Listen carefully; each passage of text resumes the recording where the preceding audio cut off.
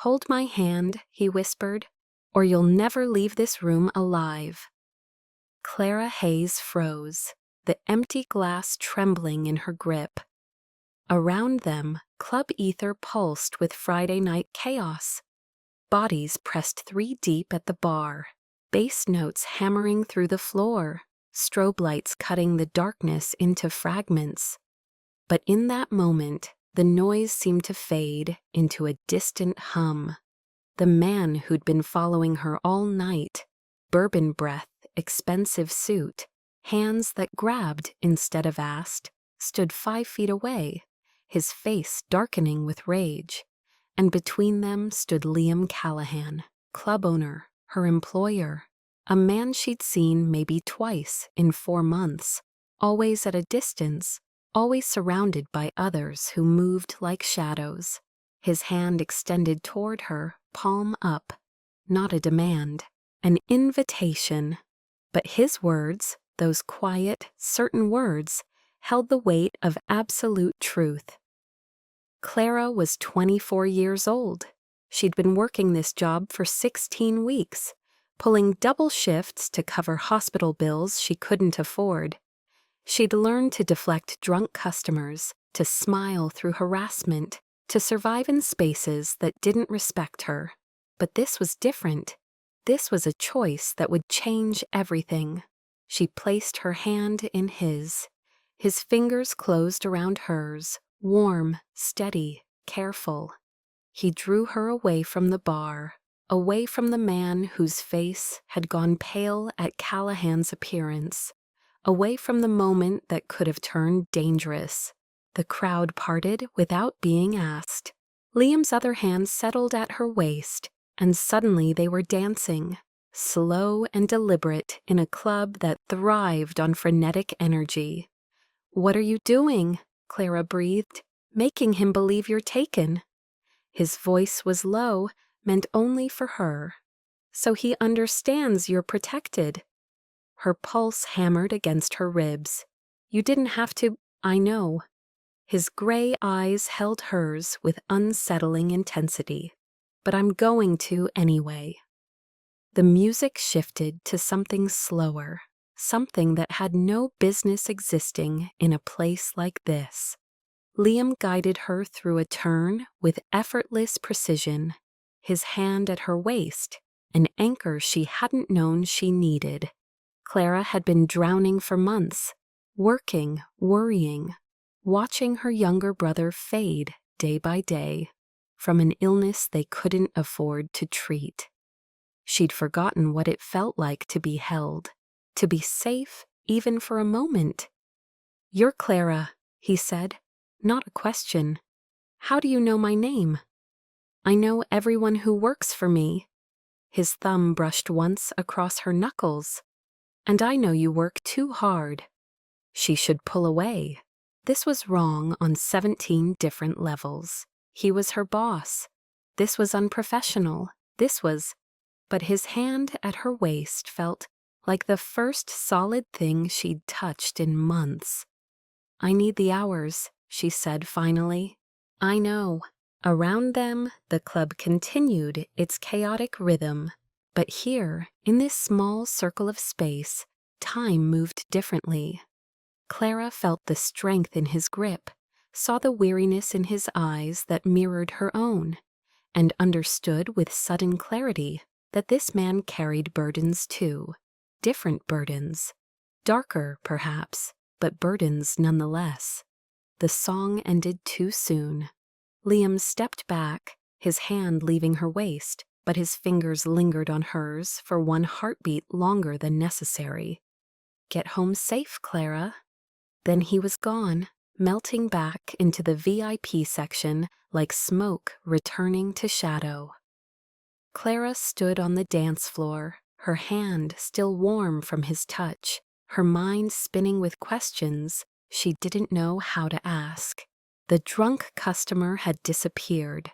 The other patrons avoided her gaze, suddenly finding their drinks fascinating. And Clara understood.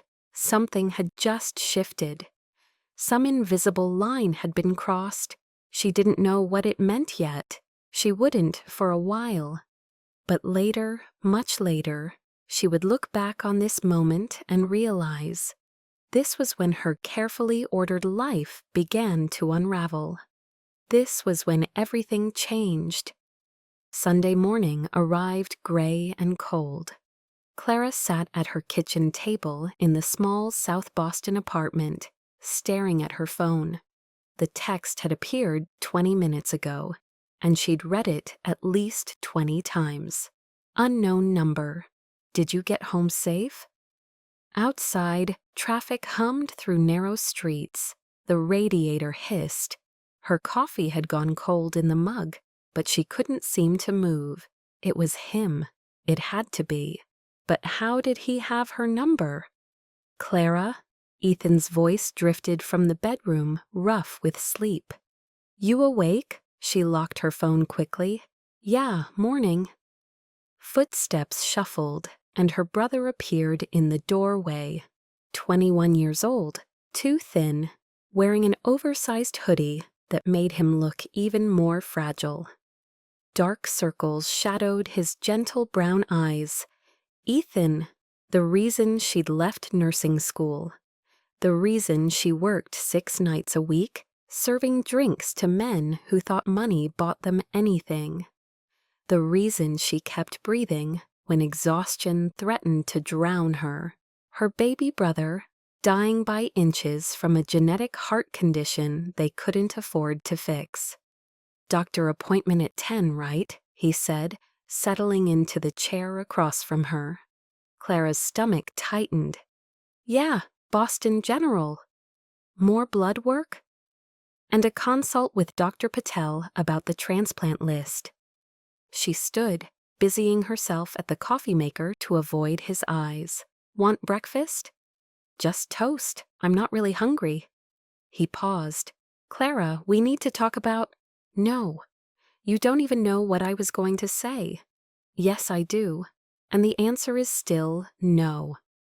She kept her back to him, hands gripping the counter edge. We're not giving up. We're not stopping treatment.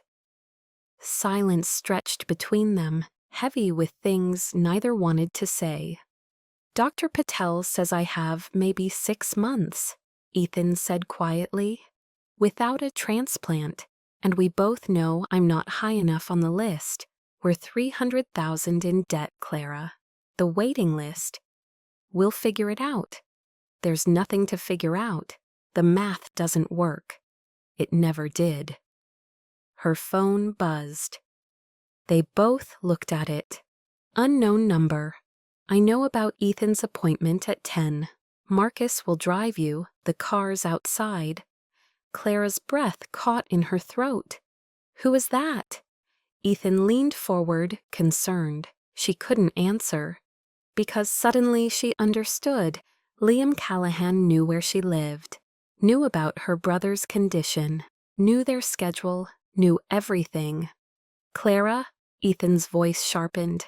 What's going on? I don't know. She grabbed her coat, mind racing. But we should probably leave now.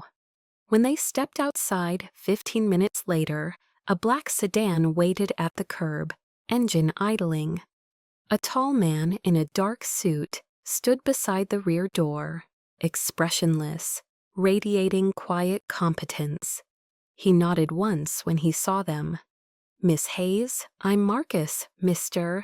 Callahan asked me to drive you to your appointment. Ethan's eyes widened. The club owner? Why would he? I have no idea, Clara said tightly, but that wasn't entirely true. She knew enough. Enough to feel the ground shifting beneath her feet. Enough to wonder what price came with a man like Liam Callahan's attention. Enough to be afraid. And beneath the fear, buried so deep she barely acknowledged it, a tiny, dangerous flicker of hope. Boston General Hospital smelled like industrial cleaner and recycled air. Clara sat in the waiting area while Ethan underwent tests, her phone in her lap, 3 different unsent messages typed and deleted.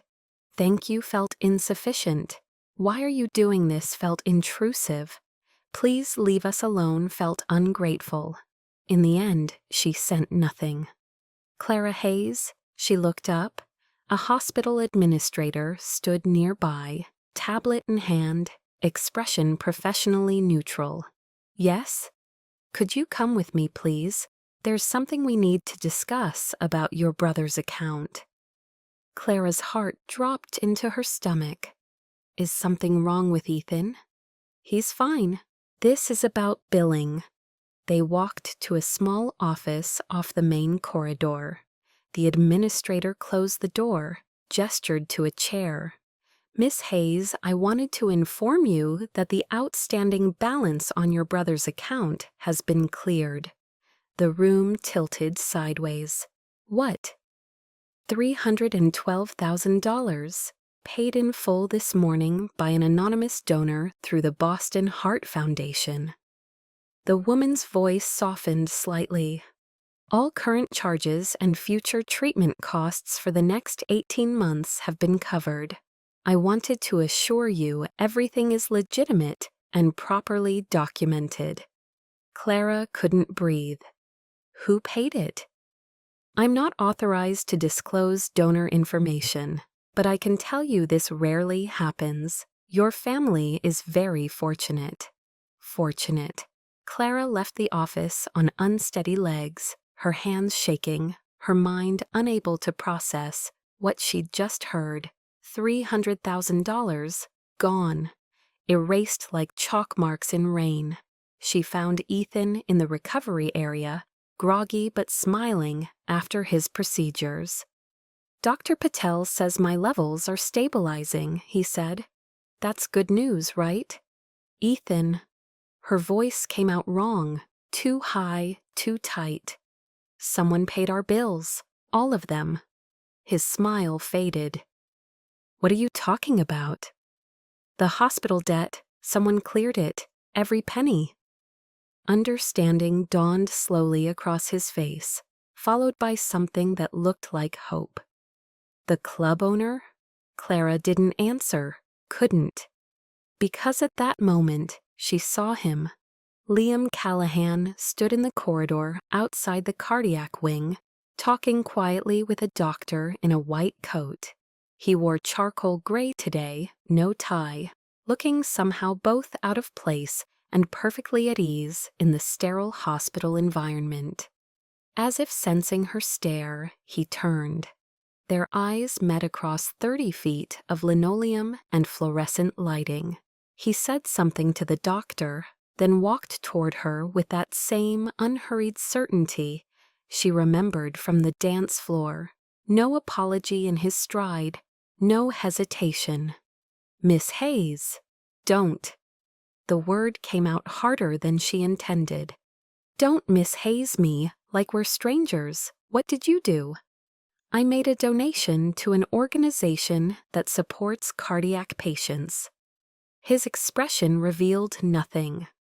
The Boston Heart Foundation does important work. $300,000 isn't a donation, it's... She stopped, aware of Ethan watching from the recovery bed, aware of nurses passing nearby. She lowered her voice to something that shook with barely controlled emotion. You can't just do that. You can't just buy people's lives. I'm not buying anything. Something flickered in his gray eyes. Something that might have been pain. I'm balancing a scale. What scale? We don't owe you anything. You don't owe me. You're owed. He stepped closer, and she caught the faint scent of expensive cologne and winter air. You work 6 nights a week, serving drinks to men who don't deserve your time. You dropped out of school to care for your brother. You gave up your future for his present. That's not fair, Clara. Life isn't fair. No, he agreed quietly, but sometimes we can make it less unfair. Clara's hands clenched into fists at her sides. She wanted to scream at him, wanted to demand he take his money and his mysterious interest, and disappear from their lives, wanted to understand what game they were playing and what rules governed it. But beneath the anger, beneath the fear of owing something she could never repay, she felt that treacherous hope growing stronger. "This doesn't change anything," she said finally. "I know. I'm not going to. I don't owe you anything." "Correct, you don't." His eyes held hers with unnerving intensity. "Not charity, Clara, just fairness. You shouldn't have to work yourself to death to save the person you love. No one should." The words landed like stones in water, sending ripples through her carefully maintained composure. "Why?" she whispered. For the first time, his mask cracked. Something almost vulnerable crossed his face, there and gone in a heartbeat. "Because when you looked at me last night," he said softly, "you didn't see what everyone else sees. You just saw a person. And I'd forgotten what that felt like." Then he stepped back, breaking whatever spell had formed between them. "Marcus will drive you home. Take the rest of the week off from the club. Paid leave." "I don't need. Ethan needs you rested and present. That's all I'm asking."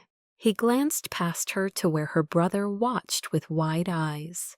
"Take care of him. Nothing else matters right now." He walked away before she could respond, disappearing around the corner with that same fluid grace. Clara stood frozen, her heart hammering, her entire world-view shifting on its axis. Liam Callahan had just changed the rules of her life, and she had no idea what game they were playing anymore. The invitation arrived Thursday afternoon, not a text this time. An actual card, cream-colored, heavy stock, delivered to her apartment by Marcus himself. Dinner, Saturday, 7 p.m. The Callahan Estate, Winthrop Drive. Come alone. We need to talk. Clara turned the card over in her hands, thumb tracing the embossed lettering. "You're going, right?" Ethan said from the couch where he worked on his graphic design coursework. The first time in weeks he'd had energy for it. "I don't think that's a good idea, Clara." He set his tablet aside, his expression serious. "He saved my life. You owe him a conversation, at least." "I don't owe him anything. He said so himself." "Then go because you want answers." "Because I know you're lying awake every night wondering why he did it." Ethan's voice gentled. "Because maybe, just maybe, there's more to this story than you think." Clara looked at her brother, color returning to his cheeks, hope returning to his eyes, and knew she'd already made her decision. Saturday arrived cold and clear. Marcus picked her up at 6:30 in the same black sedan. The drive took 40 minutes, heading north along the coast into Winthrop, where old money lived behind iron gates and manicured privacy. The Callahan Estate overlooked the harbor from a rocky promontory. Clara had expected gaudy wealth, marble columns and gold fixtures announcing themselves with vulgar confidence. Instead, she found understated elegance, stone and glass architecture, large windows framing water views, landscape lighting that made the property glow like something from a dream. It felt like a home, not a showpiece. That realization unsettled her more than ostentation would have. Marcus walked her to the front door. "Mr. Callahan is in the study, this way." The interior matched the exterior, clean lines, warm wood, original art that even Clara's untrained eye recognized as valuable. But nothing felt sterile. Books lined the shelves, lived-in furniture suggested actual use, and family photographs dotted the mantel. The study was all dark wood and leather, floor-to-ceiling bookshelves, a fire crackling softly. Liam stood by the window, overlooking the harbor, holding a crystal glass of amber liquid. He turned when she entered. Clara, thank you for coming." She stopped just inside the doorway, suddenly conscious of her simple black dress borrowed from a friend. "You said we needed to talk." "We do. Please sit." He gestured to a chair near the fireplace. She sat, back straight, hands folded in her lap. Liam took the chair across from her, close enough to talk without furniture between them, close enough that she could see the fine lines at the corners of his eyes. "First, I need to apologize," he said. That surprised her. "For what?" "For making you feel purchased. That was never my intention." He set his glass aside. "I'm not good at this, at doing things properly. I'm used to solving problems with money and influence. But you're not a problem, Clara." Her heart did something complicated in her chest. "Then what am I?" "I don't know yet." His honesty caught her off guard. "But I'd like to find out, if you'll let me." Silence settled between them, broken only by the snap of burning logs. "Why did you really help us?" she asked. "The truth this time." Liam stood, walked back to the window. When he spoke, his voice carried weight she hadn't heard before. 7 years ago, my younger brother died in a car explosion." Clara went very still. Daniel was 23, studying architecture at Harvard. He wanted to design libraries and community centers, places that brought people together. Liam's reflection in the glass looked ghostly. He had nothing to do with the family business, but someone put a bomb under his car anyway. "I'm so sorry. It wasn't random." He turned to face her. "Someone in my organization gave information to rivals. Someone I trusted. They knew Daniel's schedule, his routes, his habits. They sold my brother's life for money and protection." The room felt suddenly colder. "I've spent 7 years looking for the traitor," Liam continued. "Following threads, chasing shadows, finding nothing but dead ends. Until 3 weeks ago, when one of those threads finally led somewhere." He crossed to his desk, pulled out a manila folder, and handed it to Clara. Her hands shook as she opened it. Inside, photographs, documents, financial records. And at the center, a picture of a man she hadn't seen in 14 years. Her father. "No." The word came out broken. "David Hayes," Liam said quietly. "He worked for my family as an accountant, handled money laundering, kept the legitimate businesses separate from other operations. 14 years ago, he disappeared, faked his death in a car accident, and vanished."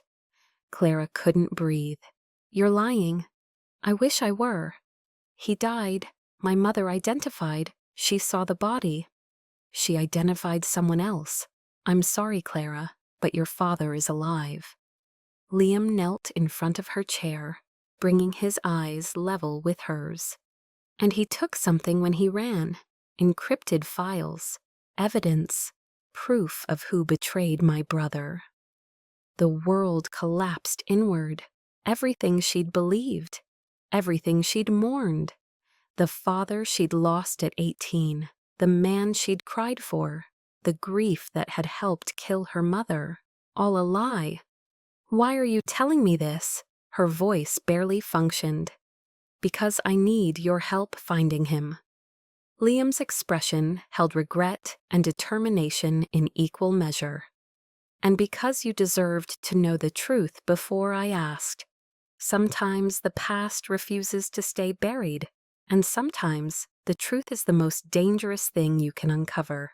If you're invested in Clara's journey, subscribe now, because this story is just beginning." Clara stared at him, at this man who'd appeared in her life like a storm, who'd paid impossible debts and danced with her, and now knelt at her feet telling her that her entire history was fiction. What if I say no? Then I find another way. His gray eyes never wavered. But it won't be clean, and there are others looking for your father who won't show you this courtesy. Courtesy? The word tasted bitter. Is that what you call this? Yes, simple and direct. I could have used you without telling you anything, could have watched and waited for him to contact you, but I didn't want to build this on deception, Clara. Build what? He didn't answer with words, but the way he looked at her, the way his hand almost reached for hers before stopping, said everything his voice didn't. Outside, harbor lights sparkled on dark water. Inside, Clara felt her carefully constructed world crumbling. I need time, she managed. I understand. I need to think. Take all the time you need. He stood, giving her space. Marcus will drive you home whenever you're ready. And Clara? She looked up at him through tears she refused to let fall. Whatever you decide, he said softly. Ethan's care continues. The hospital bills stay paid. You don't owe me anything for that, ever. I need you to believe me. It was the kindness that broke her. She left before she completely fell apart. The door to her apartment stood open when Clara got home at 9 p.m. Everything stopped, her breath, her heartbeat, time itself contracting to that single terrible detail. Open. She'd locked it. She was certain she had. Marcus noticed immediately. Stay behind me. His hand moved inside his jacket, where Clara suddenly understood he carried a weapon. She followed on numb legs, her mind screaming one word, Ethan. The apartment looked like a hurricane had torn through it. Drawers yanked open and dumped, couch cushions slashed, stuffing scattered. Her mother's china shattered across the kitchen floor. Books torn from shelves, pages ripped. And in the kitchen, two men in dark clothes rifling through cabinets. They turned when Marcus appeared. Time seemed to slow, stretching each second into an eternity. Clara saw the gun in one man's hand, saw Marcus move with professional speed, saw everything she cared about hanging in the balance. Then Ethan's voice, thin and terrified. Clara? He stood in the bedroom doorway, face white, trembling. Get down, Marcus barked. Clara lunged for her brother, pulling him behind the overturned couch as the first gunshot cracked through the apartment. The sound was impossibly loud, nothing like movies, nothing like imagination. Real, immediate, deadly. More shots, breaking glass, shouting. Then sudden silence broken only by her ragged breathing and Ethan's whispered prayer. Stay down, Marcus said, voice controlled. They're gone, fire escape. Clara lifted her head slowly. The intruders had fled through the window, which hung open, cold November air pouring in like accusation. Marcus already had his phone out. It's Marcus. We have a situation at the Hayes apartment. A pause. Both unharmed. I'm bringing them to the safe house now. Yes, sir. Safe house? Clara's voice shook. What? He looked at her with something almost like sympathy. Somewhere secure, Mr. Callahan's orders. 20 minutes later, they sat in the black sedan speeding through Boston traffic. Ethan pressed against Clara's side, still trembling. She kept her arm around him, her own shock a cold weight in her chest. Why would someone do that? She whispered. They're looking for your father's files, Marcus said from the front seat. If they think you might have them. I don't know anything about any files. They don't know that, and they don't care. The car pulled into an underground garage Clara didn't recognize. A private elevator rose swiftly, opening onto a penthouse overlooking the Charles River. Modern, minimalist, beautiful in the way expensive things always were. And standing in the center of it, phone pressed to his ear, expression like carved stone, Liam Callahan. He ended the call the moment he saw them. Clara. His eyes scanned her face, her shoulders, checking for injury with barely restrained intensity. Are you hurt? No, but... Ethan? I'm okay, her brother said quietly, though he clearly wasn't. Liam's jaw tightened. Marcus, take Ethan to the guest room. Get him whatever he needs, food, water, medicine if necessary. When they were alone, he moved, crossing the space between them in 3 strides, and pulling her into an embrace so sudden, so fierce, Clara gasped. I'm sorry, he said into her hair. I should have anticipated this, should have protected you better from the start. She stood rigid in his arms, torn between pushing away and collapsing into someone else's strength. You're using me, she said finally, voice muffled against his chest, as bait. He pulled back just enough to meet her eyes. Yes. The honesty stunned her into silence. I thought if your father knew you were in danger, he might surface, might reach out. Liam's hands rested on her shoulders, gentle but unmistakable. I didn't think they'd move this fast. That's my failure. They could have killed us. I know. Ethan could have. I know. His voice cracked slightly. And I will never forgive myself for putting you at risk. But Clara, listen to me. Don't. She stepped back, his hands falling away. Don't try to justify this. I'm not justifying, I'm giving you a choice. He ran a hand through his hair, and for the first time, she saw him as something other than controlled. Option 1, I put you on a plane tonight. New identities, new city, money to start over. You and Ethan will be safe, and you'll never see me again. Her heart lurched. And option 2? You stay here, under my protection. We find your father together before someone else does. He met her eyes. I won't lie, it's dangerous, but I will protect you better than anyone else could. I swear it on my brother's grave. The penthouse was silent except for the distant hum of the city below. Clara thought of her mother, dead at 43, from exhaustion and heartbreak. Thought of Ethan, finally healthy, finally able to dream again. Thought of her father alive somewhere, carrying secrets that had already cost too much. Thought of the way Liam looked at her, like she mattered, like protecting her was the most important thing in his world. If I stay, she said quietly, I need complete honesty. No more secrets, no more surprises. Agreed. Ethan stays out of this. Whatever happens, he stays safe. Done. And you, she stopped, not sure how to articulate what she needed. Liam waited, something almost vulnerable in his expression. If you betray us, Clara said finally, if you use us and discard us when you're done, I will make sure everyone knows exactly what kind of man you are. A ghost of a smile touched his lips. I'd expect nothing less. She wanted to hate him, wanted to rage at this impossible situation.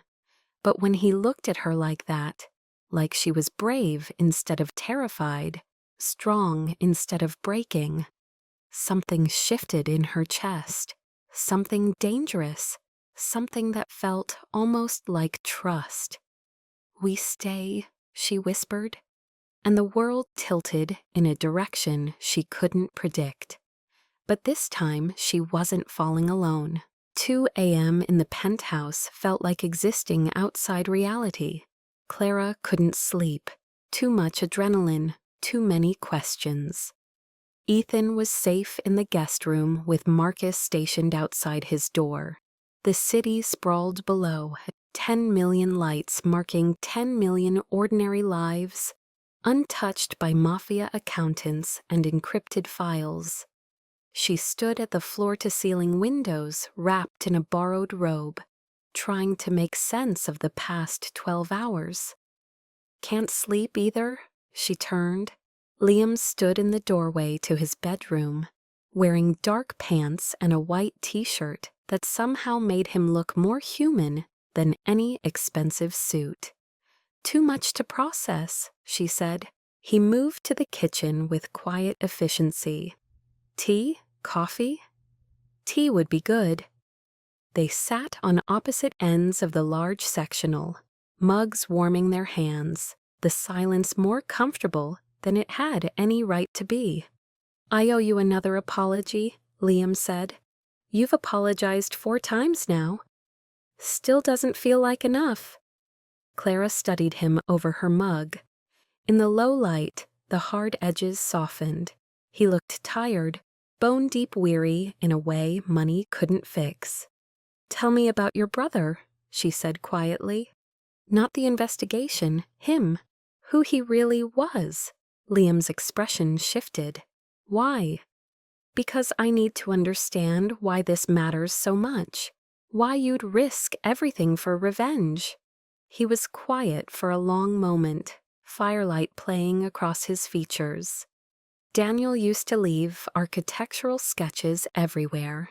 Buildings that would never exist except in his imagination. Libraries with gardens growing through them. Community centers shaped like open hands. A sad smile touched his lips. He believed beauty could save people, that good design could heal broken communities.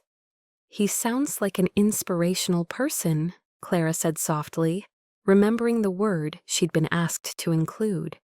He was, and naive, and so fundamentally good it hurt to be around him sometimes. Liam's voice roughened.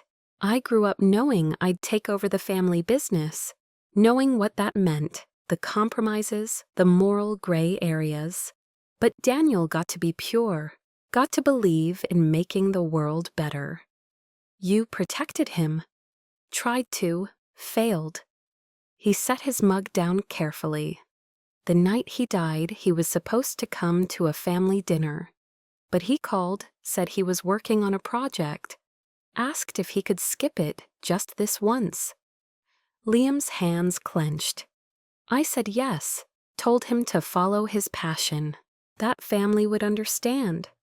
Liam. If I'd insisted he come home, he'd still be alive. If I'd been less indulgent, less proud of his independence. He stopped, the pain raw in his voice. So yes, I want justice, but it's not about honor or the family name.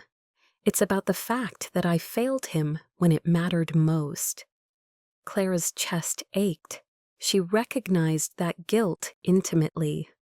The weight of wondering if one different choice could have changed everything. My mother died of a heart attack when I was 22, she said quietly. She was on her second shift at the diner, hadn't slept in 18 hours. I'd called her that morning, told her I was fine, not to worry about me. Her throat tightened. She died worrying anyway, and I'll never know if my last words gave her any peace. Liam looked at her, really looked, and something passed between them. Recognition of shared grief, shared guilt, shared understanding that some burdens never lifted. They just became part of who you were. I didn't approach you only for the investigation, he said finally. Clara's heart skipped. What do you mean? That first night at the club, I saw how you moved through the crowd. Efficient, kind even when people didn't deserve it. Holding yourself together through pure will. He leaned forward slightly. And when that man grabbed you, when you stayed calm instead of panicking, I thought, there's someone who understands what real strength looks like. I was terrified, she admitted. I know. That's what made it brave. His eyes held hers. I told myself I was protecting an employee, but the truth, I couldn't stand watching someone hurt you, and that feeling, that immediate, irrational need to keep you safe, that hadn't happened to me in years. Clara's breath caught. Liam, I'm not asking for anything, he said quickly. I just need you to know, whatever happens with your father, whatever we find, you're not a means to an end, Clara. You never were. The city lights glittered beyond the windows. The fire crackled softly, and in the space between them, something shifted, some barrier crumbling, some truth emerging. I should be angrier with you, Clara whispered. You should. I should demand you let us go. Walk away from all of this. You should. But I can't. She met his eyes, because for the first time in years, I don't feel alone. And I don't know if that's real, or if I'm just desperate for someone to share the weight. Liam moved then, slowly, giving her time to retreat. He crossed to her end of the couch, sat close enough that she felt his warmth. It's real, he said quietly, and you're not alone anymore. I promise you that. His hand found hers on the cushion between them. This time, when their fingers intertwined, it wasn't about protection or performance. It was about choice, about trust, about two people carrying impossible burdens, finding unexpected shelter in each other. Clara didn't pull away. The message came 3 days later. Clara was making breakfast in Liam's kitchen. Strange how quickly the penthouse had started feeling less like a prison and more like sanctuary, when her phone buzzed with an unknown number. I know you're looking for me. Arnold Arboretum, Old Greenhouse, noon today. Come alone, Clara. Please. Dad. Her hands shook so badly she nearly dropped the phone. Clara?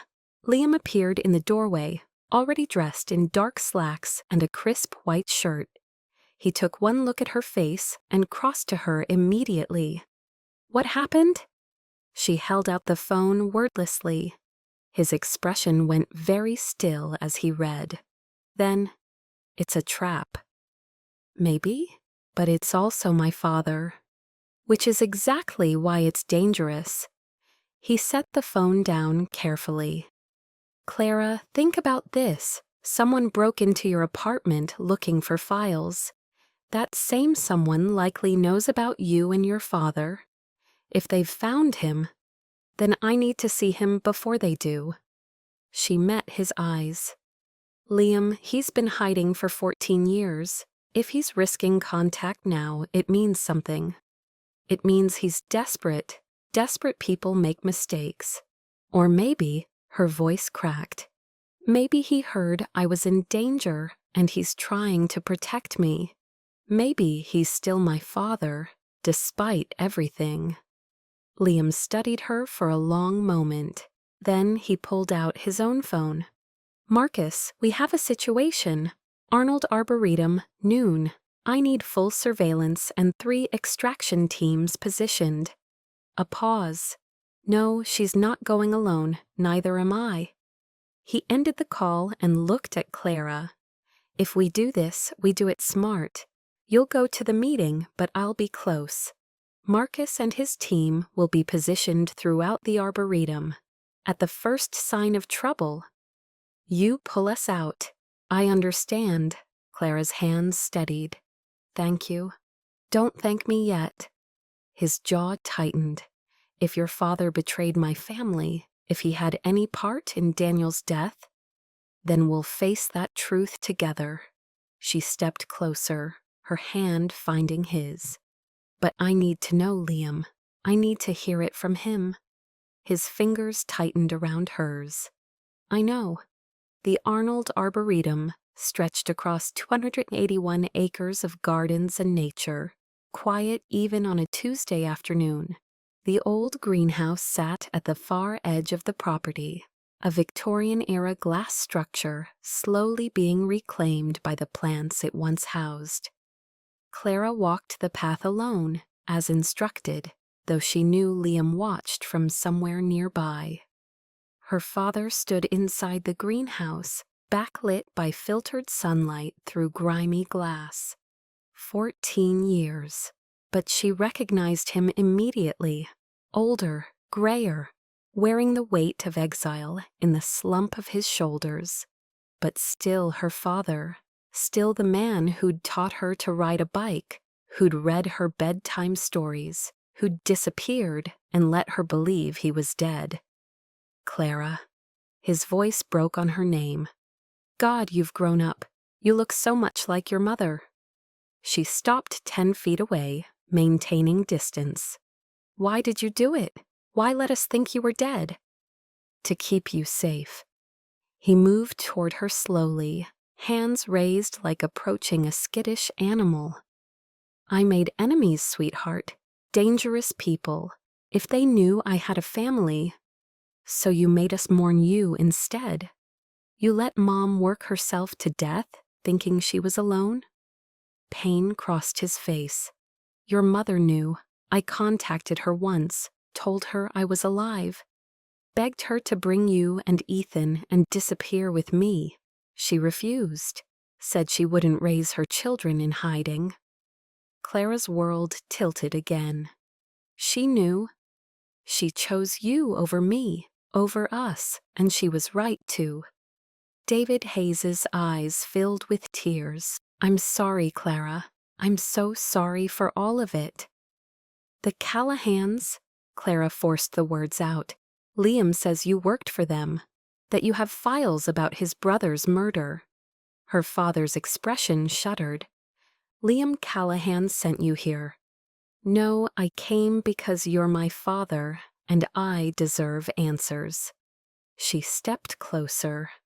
Did you have anything to do with Daniel Callahan's death? No, God, no. He pulled a flash drive from his pocket. But I know who did. That's why I ran, Clara. I found evidence, financial records, communications, proof that Daniel was killed by someone in his own family to cover up embezzlement. The greenhouse door opened behind Clara.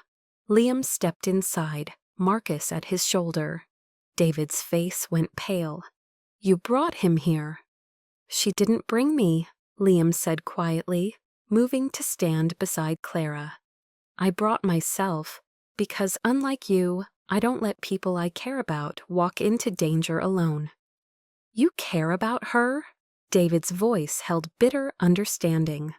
Or you're using her to get to me? Both, initially. Liam's honesty was brutal, but things changed. I'll bet they did. David's hand tightened on the flash drive. You're Callahan through and through, taking what you want, consequences be damned. And you're a coward, Liam said evenly, who faked his death and let his family suffer rather than face what he'd done. I protected them. You abandoned them. Clara's voice cut through the tension. You let me believe I'd lost you. Let Mom die thinking she'd failed somehow. Let Ethan grow up without a father. Tears burned her eyes. So don't you dare pretend you did this for us. Silence fell, broken only by the rustle of overgrown plants and the creak of old glass. You're right, David's shoulders sagged. I was a coward. I'm a coward, but I can still do one thing right. He held out the flash drive. This has everything.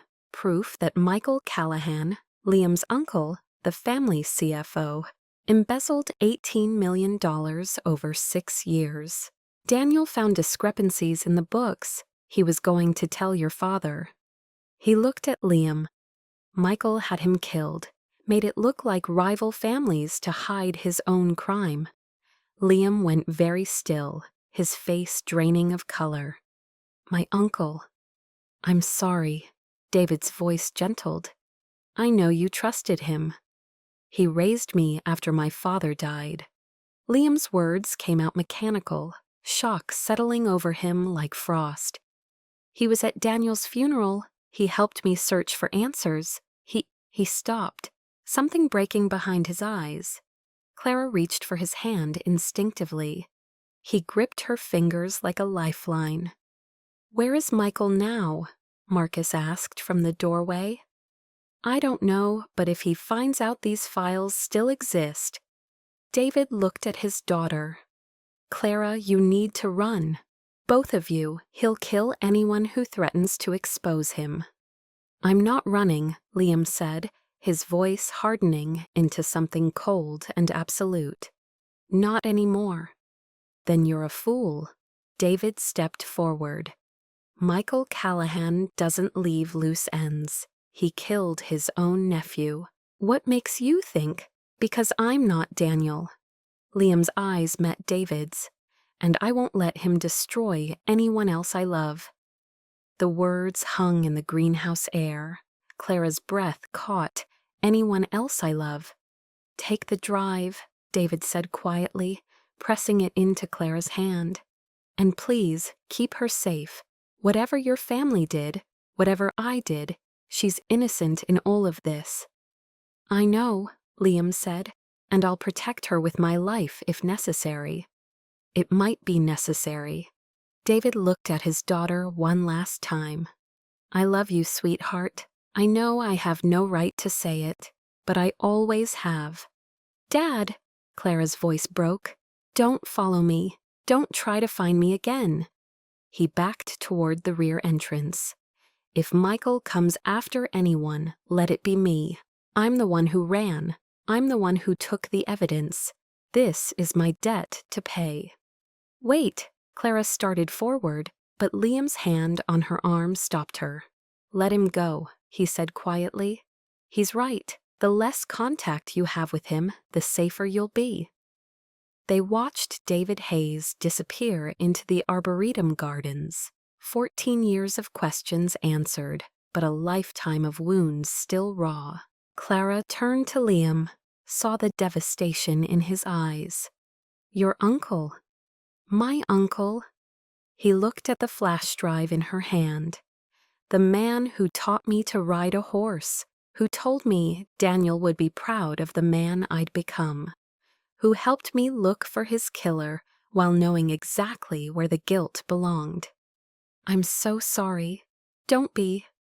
Something shifted in his expression, grief hardening into resolve. "This ends now. We take this evidence to the FBI. Let them handle Michael legally, properly.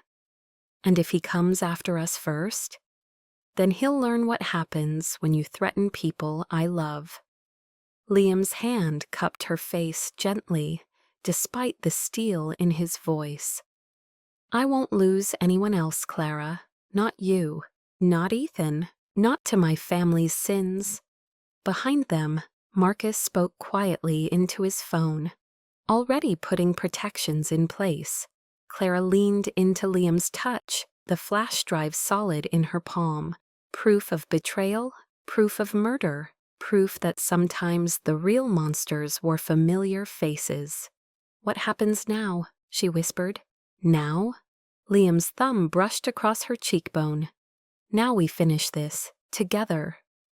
6 months later, spring arrived in Boston, like a benediction.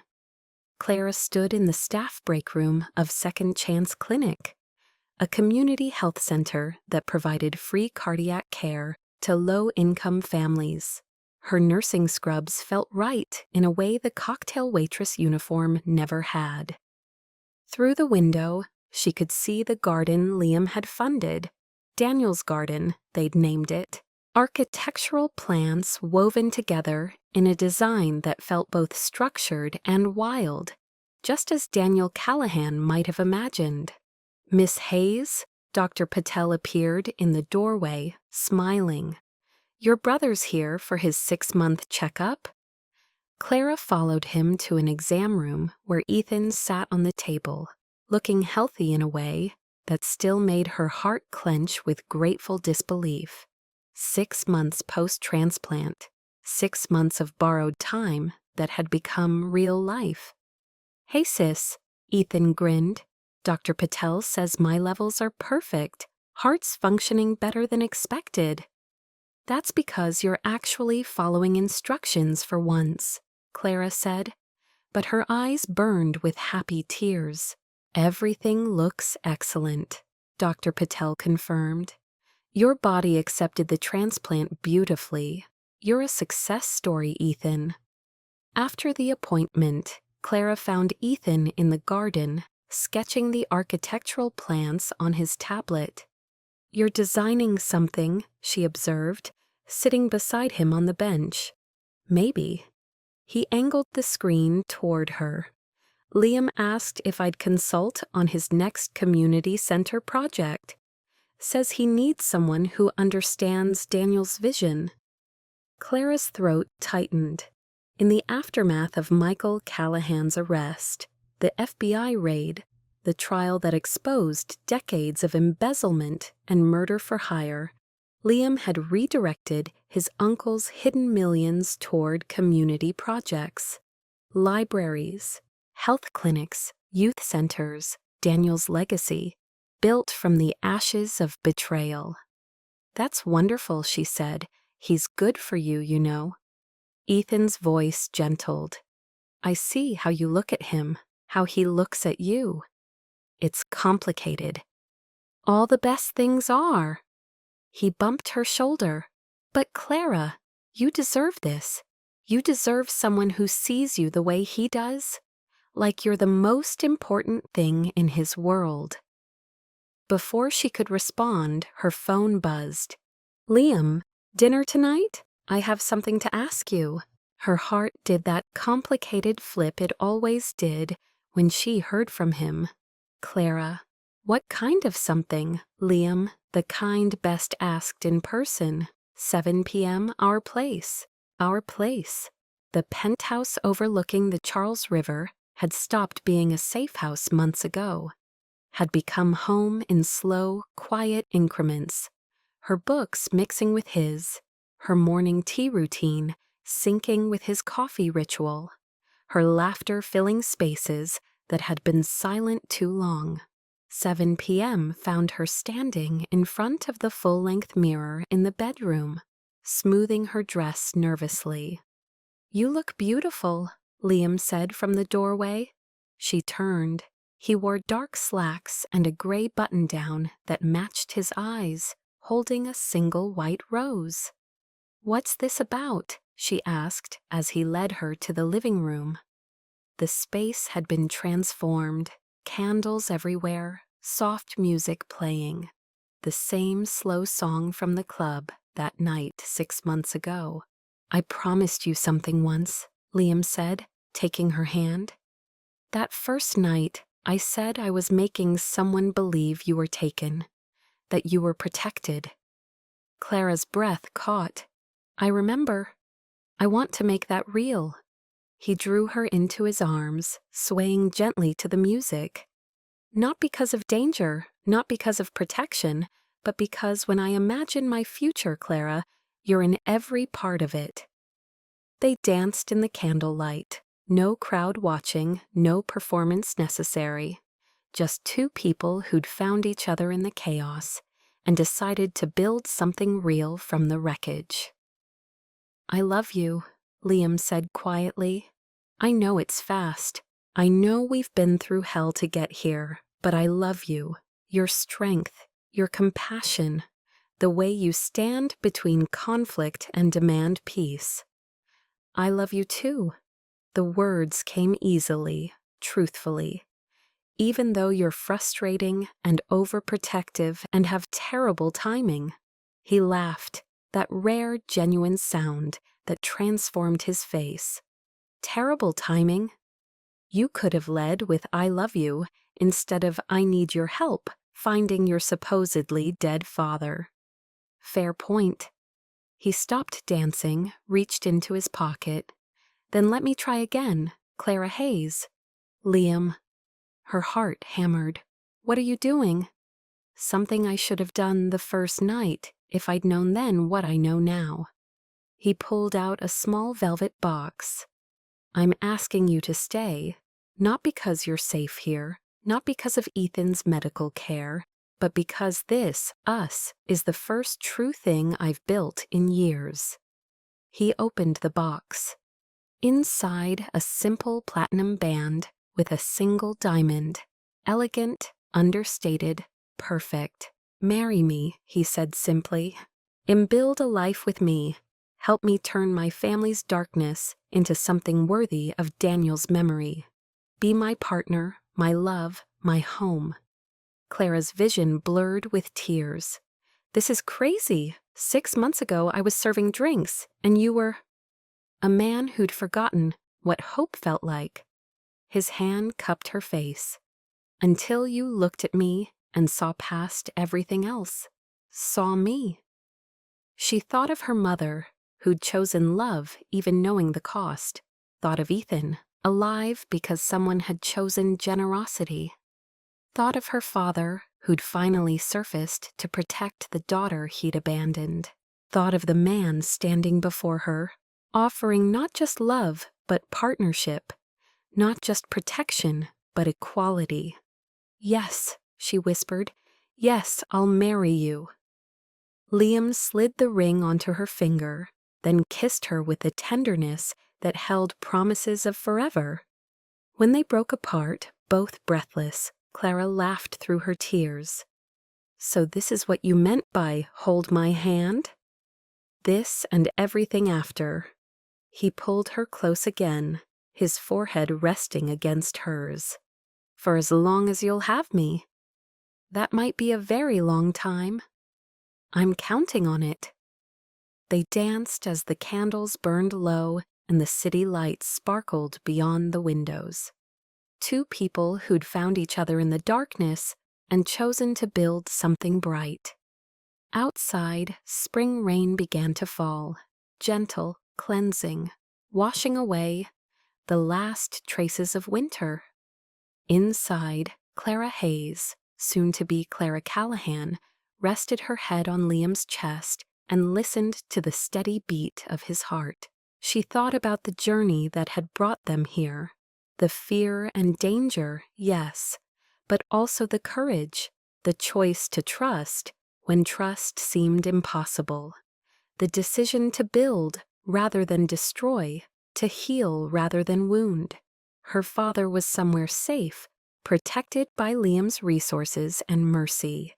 Michael Callahan was in prison, facing justice for his crimes. Ethan was healthy, pursuing his dreams of design. The mafia connections that had defined Liam's family were being systematically dismantled, replaced with legitimate businesses and community investment. And she, Clara, who'd once thought survival was the best she could hope for, had found something she'd stopped believing in. Love, real, complicated, hard-won romance that grew from honesty and bloomed into hope. Thank you, she whispered. For what? For seeing me, for choosing truth over revenge, for proving that even people from dark places can build something beautiful. Liam's arms tightened around her. You're the one who taught me that, Clara. You're the light that showed me the way home.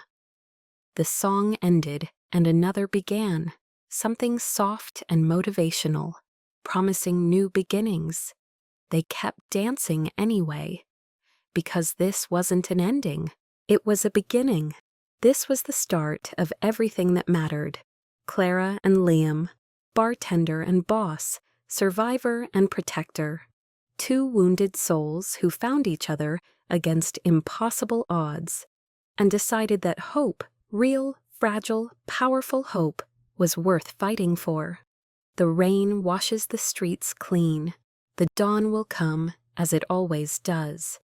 And love, real love, the kind that demands truth and offers grace, will write its own ending. Hold my hand, not as a warning this time, but as a promise. I'll hold yours too, and we'll face whatever comes, together. Thank you for spending this evening with Clara and Liam's story. Love isn't always easy, but it's always worth fighting for. If this story touched your heart, I'd be honored if you'd subscribe and join me tomorrow night for another journey. Until then, may you find your own light in the darkness, and may you always have the courage to hold on when it matters most. Good night.